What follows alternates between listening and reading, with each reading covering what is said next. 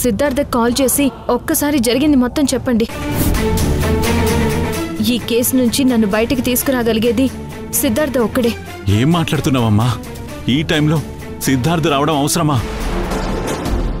అతని వల్ల నీ జీవితంలో జరిగిన పెను మార్పులు చాలావా? మళ్ళీ కొత్తగా సమస్యలు కొని తెచ్చుకోవడం ఎందుకు చెప్పు? ఈ కేసు నుంచి నేను నిర్దోషిగా బయటికి రావాలి అంటే సిద్ధార్థే correct person. Thanks Siddharth, phone చేయగానే వచ్చావు. నువ్వు ప్రాబ్లంలో ఉన్నావని తెలిసి రాకుండా ఎలా ఉంటాను సింధు? అసలు ఇంతకీ ఏమైంది సింధు? యశ్ వాళ్ళ వదిన మధునేనని నా డౌట్ సిద్ధార్థ్.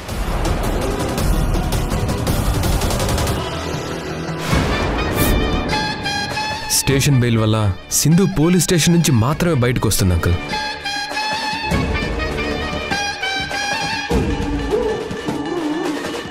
రియేష్, ఏంట్రా అలా వెళ్ళిపోతున్నావు?